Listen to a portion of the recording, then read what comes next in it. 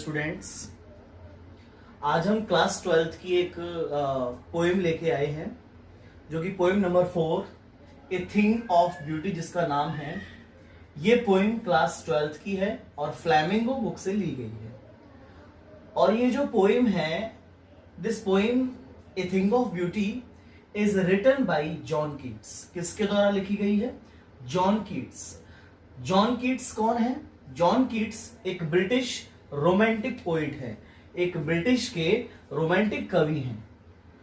और ये जो एक्सर्ट लिया गया है, ये दिख रहा होगा आपको, ए थिंग ऑफ ब्यूटी, ये एक इनकी जॉन कीट्स की एक एंडीमियन पोइटिक रोमांस, इनकी एक पोएम है। इसका नाम क्या है? एंडीमियन, एक पोइट रोमांसिक, एक पोइटिक रोमांस। जो इनकी ये पोएम है, इस पोएम से ये ए थिंग ऑफ ब्यूटी एक एक्सर्ट लिया गया है, एक खंड लिया गया है। यानी ए थिंग ऑफ ब्यूटी एक खंड है, एक भाग है। कौन सी पोएम का? एंडीमियन, ए पोइटिक रोमांस का। तो a thing of beauty is written by John Keats. John Keats is a British romantic poet. और ये जो एक्सर्ट लिया गया है, खंड लिया गया है, दिस इज फ्रॉम कहां से? उनकी poem Endymion, a poetic romance. थोड़ा सा जॉन कीट्स के बारे में जान लेते हैं। जॉन कीट्स का जन्म हुआ था 31 अक्टूबर 1795, यानी 31 अक्टूबर 1795। और इनकी डेथ हुई थी 23 फरवरी 1821 में, 23 फरवरी 1821 में। इनकी बॉर्न और डेथ के, जन्म और मौत के बीच में 25 साल, यानी ये 25 साल जिए। और एक ट्यूबरक्लोसिस बीमारी की वजह से, ट्यूबरक्लोसिस बीमारी की वजह से ये 25 साल की उम्र में इनकी डेथ हो चुकी थी। और जानते हैं इनके बारे में। John Keats was अप्रेंटिस्ड। अप्रेंटिस्ड का मतलब होता है शिक्षा लेना। कि जॉन कीट्स ने शिक्षा ली थी कहां से? किसकी तरह? टू ए सर्जन, एक सर्जन की। इन्होंने सर्जन का काम सीखा था। कहां? Eight Edmonton. एडमंटन एक जगह है कनाडा में। वहां इन्होंने 1811 में एक सर्जन की अप्रेंटिस्ड शिक्षा ली थी। He broke of. Broke of का मतलब ये फ्रेजल वर्ब है और इसका मतलब होता है कोई काम बीच में छोड़कर जाना। तो उन्होंने छोड़ दी हिज क्या चीज?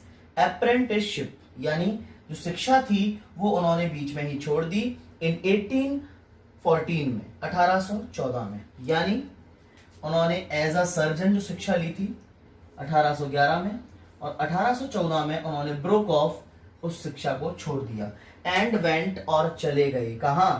टू लिव, रहने के लिए, इन लंदन, लंदन में रहने के लिए चले गए। वेयर, जहां, he worked as a dresser, जहां उन्होंने वर्कड, काम किया, किसकी तरह? एक ड्रेसर की तरह। और किसकी तरह? जूनियर हाउस सर्जन की तरह। दो चीजें हैं, एक ड्रेसर की तरह काम किया लंदन में रह के, एक जूनियर हाउस सर्जन की तरह काम किया। और ये सर्जन का काम उन्होंने कहां किया? Guy's and saint Thomas hospital में। कौन सी जगह? Guy's and saint Thomas hospital में एज अ सर्जन काम किया और एज अ ड्रेसर काम किया। ओके, इनके बारे में क्या जाना? शिक्षा ली एडमंटन में 1811 में, और उन्होंने शिक्षा को छोड़ दिया 1814 में, 1814 में। And went to live in London, जहां उन्होंने as a dresser, as a junior surgeon की तरह काम किया Guy's and saint Thomas hospital में। एंड आफ्टर 1817, 1817 के बाद, ही डिवोटेड, उन्होंने नौछावर कर दिया। डिवोटेड माने खुद को नौछावर कर दिया। कहां? पोइट्री के लिए, कविताओं के लिए उन्होंने खुद को बिल्कुल नौछावर कर दिया। अब जो जॉन कीट्स की इंपॉर्टेंट वर्क है, जो उनका महत्वपूर्ण काम है, जो उन्होंने पोइट्री लिखी है, उनको एक तरीके से जान लेते हैं।